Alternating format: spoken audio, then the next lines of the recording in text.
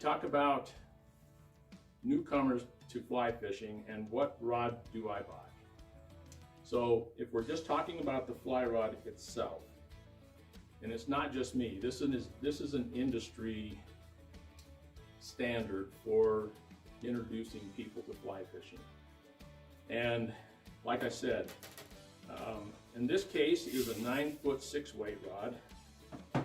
In this case is a 8-foot 3-weight rod. This is Missy's rod.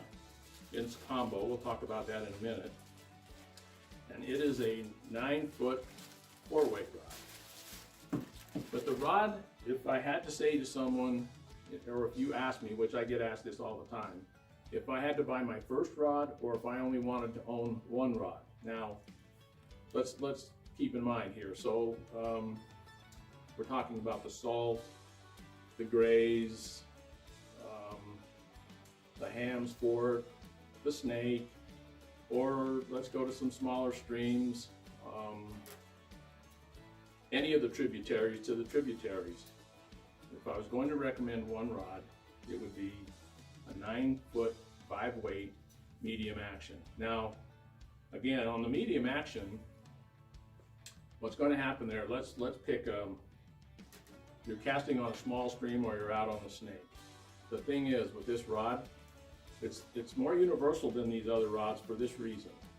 It's delicate enough to cast dry flies, yet it's strong enough to cast weighted streamers. It's also strong enough to fight wind. Therefore, again, you're on the Snake, you got a little wind, you want to cast a streamer, this rod can do it. You're up on the Smith's Fork and you want to cast a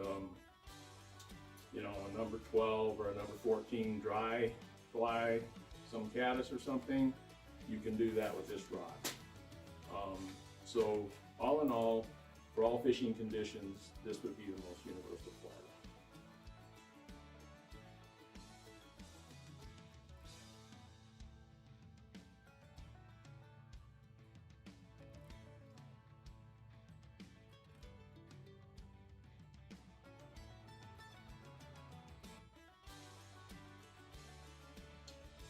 I also wanted to mention that as someone being introduced to fly fishing, you don't have to spend a lot of money on a fly rod to get a good fly rod. Not in today's world, there's so many good ones out there. Now, fly rods range anywhere from $100 to $1,000 and everything in between. Now that said, there are some rods that I would recommend for someone just getting started in fly fishing. And while I'm on the subject, before we talk about reels and lines, I might as well say this now. You might be better off getting a combo set like Missy did here. So this happens to be one of the rods on my list that I would give you. This is a Cabela's Bighorn combo set. Now the nice thing about that is you get the rod, you get the reel, you get the line, and the line includes the backing. We'll talk about backing in a minute, but that setup is a great way to go, and that's one of them on my list. Others that I would recommend, I'm a big fan of Redington and Redington products. Redington has a combo set called the Crosswater. And as a matter of fact, I think I have a Crosswater reel here. I do. So this is the Redington Crosswater reel that would come in the set, in the combo set. So that's a really good one. TFO, that stands for Temple Fork Outfitters. They have a combo set, I believe it's called the NXT. Also another really nice set. Believe it or not, Orvis. I say Orvis and everybody thinks lots and lots of money. Orvis makes a beginner fly fishing combo called the Clearwater. It's a very nice rod, and Orvis makes very quality material. And the other one I would recommend would be the St. Croix Mojo.